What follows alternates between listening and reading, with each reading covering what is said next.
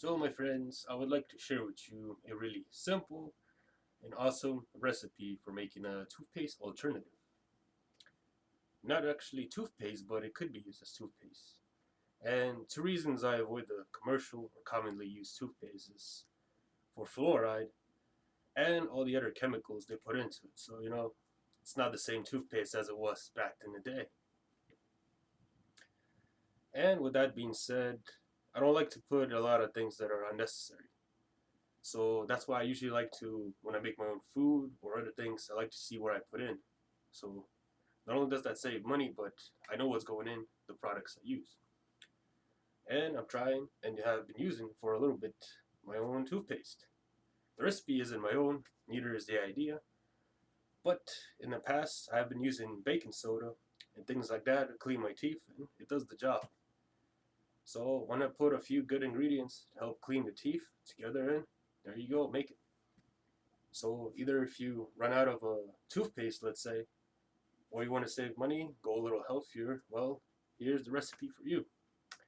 And let me begin and demonstrate how to make it, what you need, and how simple it really is. So to make this, you only need 4 simple ingredients you can probably find around your house. So let us begin and let me show you how it's done. So the very first thing you want to get is any type of glass jar. It doesn't have to be big. It can come from a jam or anything you have around. Probably have some like this. And if not, you can buy them pretty cheaply. It doesn't have to be big, remember, keep it small. 2, simple spoon. Probably everyone has this. Or even if you don't, you can use anything else to mix it up. And the main ingredients. First is our base. And you can commonly find this around almost any house. Pretty much anyone should have this. And if you don't, it's cheap. Maybe $1 or 2 at most. And it's very versatile. Baking soda, as you see here. The other thing that's not so common is Himalayan salt. Yep, sorry, spoon. But yeah, as you can see right here, Himalayan salt. You can use sea salt, but it's not the same. As Himalayan salt is much more pure, has a lot more minerals, because it comes from the Himalayan mountains for millions of years, has trace elements. It's been gathered up and it's found in here. So the more pinker it is, the more minerals. Just a little heads up. But it is much more expensive than your typical salt. Not by much, but you'll pay a little more. It's worth it though. And adding it to meals. So if you need salt, this is the one to go. And since you need a little, it's not much of a price. But by all costs and all means, avoid the common table salt, like the white salt you find in restaurants. You don't want to put that in your body at all. So either sea salt, if you don't have Himalayan salt, and if you can, buy it and try it. This thing lasts a long time, so this one, let's say about what, $6, $7. So it's been lasting me a long time, probably like a year or two, maybe even more. And lastly, you want peppermint oil. What this gonna do is give you that fresh breath you get from when you use a toothpaste. So besides keeping clean, keeps your breath nice and fresh, and really adds that nice little addition. Alright, now that we gathered our ingredients, let me show you the process of making it. It's so simple, you'll be amazed. And it really cleans the teeth, so let us begin. So, step 1, we'll get our jar, leave it open, and if you haven't washed it, make sure you wash it first. With boiling water or hot water, so you disinfect it. Okay, next we're going to add 3 teaspoons of baking soda. 1, 2, and 3. Alright, put that in. And then we'll add a little hint,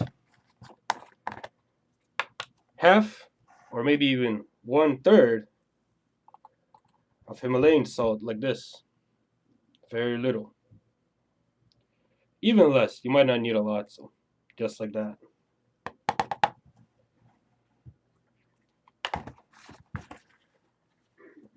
Step 3, we add our peppermint oil. Now for this, a few drops. You don't need a lot. Very gently. About like that. Maybe a little more. It's very powerful, so you'll be surprised how much a few dots or drips will do. And step 4, add a little bit of water. Very little. Maybe like 2 or 3 spoons. Just barely. Like that. See? Not too much. Then all you have to do, grab your spoon or tool, and mix it all together. Now, it should start forming, as you see right there. See? It's starting to form into a paste already. Now, with this one, you can add more water, only if it's not dissolving enough. So just a little bit more. Very, very little. Because you don't want it too liquidy. If it's too wet, it's not going to stick to the paste, and it's just going to be like water. So that's the only tricky part. Make sure you mix it really well. And see, like that, has a nice consistency. Even that little bit made it really liquid. So just mix it up more. And if you put in a little bit of more water than you expected, you can just add a little more baking soda. You should turn it into a paste. And then you're done. You can cover it up, store it anytime you need to use it, and clean your brush, and you just dip in just a little bit. Like that. See? Not too much, and then you brush your teeth. Does a phenomenal job. And the very, very best part I wanted to say is, since all these ingredients I use are edible, if you happen to swallow your toothpaste, it's edible, so there's no worry at all. You can basically chew and then eat it later, though I don't recommend it, but hey, nothing lethal, nothing poisonous here. So no need to call emergency control or anything. Especially if you have little kids, shouldn't worry. For adding your tea bonus is a banana.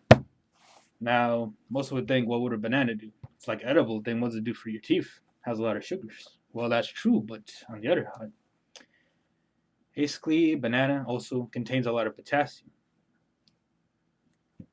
And on top of that, it's just not the inside. See, most people, what they do is they eat the inside of a banana, which is nutritious, but the most nutritious part, of course, is the peel. And in some countries, like in Thailand, they actually eat the entire banana with the peel. They might cook them and like that. So if you're going to use the peel, though, make sure it's organic. It doesn't have any pesticides on it, because you don't want to eat those, of course. But yeah, basically what you would do is you'll take the peel and you would rub it against your teeth. So you place it almost like when you rub a car, or you're rubbing some, like, dirt off, and let's say, like, I don't know, a stove or something, when you're trying to clean up the rust or dirt. It's the same thing for your teeth.